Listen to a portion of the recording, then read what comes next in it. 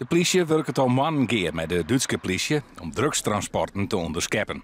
Dat gebeurde op 21 mei, doet bij Aldenburg 6 kilo hemp in beslag genomen waard. De 3 Friezen kwamen daarna in beeld bij de politie. 12 van hen binnen vrienden hier ook al oppakt. De verdovende middelen kwamen uit Noord-Holland onder meer. En gingen via de verdachten die hier in Sneek woonachtig zijn en in Hommerts, gingen die door naar Duitsland. Om wat voor drugs gaat het nou precies? Nou, het gaat in ieder geval om ecstasy. En we hebben ook wel het vermoeden dat er over wiet gaat, over hennep.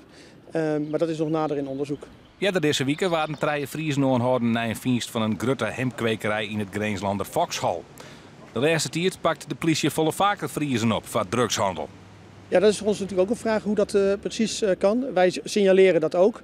We zien een soort verschuiving vanuit Brabant meer richting het noorden komen, het oosten en het noorden. En de laatste tijd zien we veel meer dumpingen van ecstasy, hennepkwekerijen in het noorden.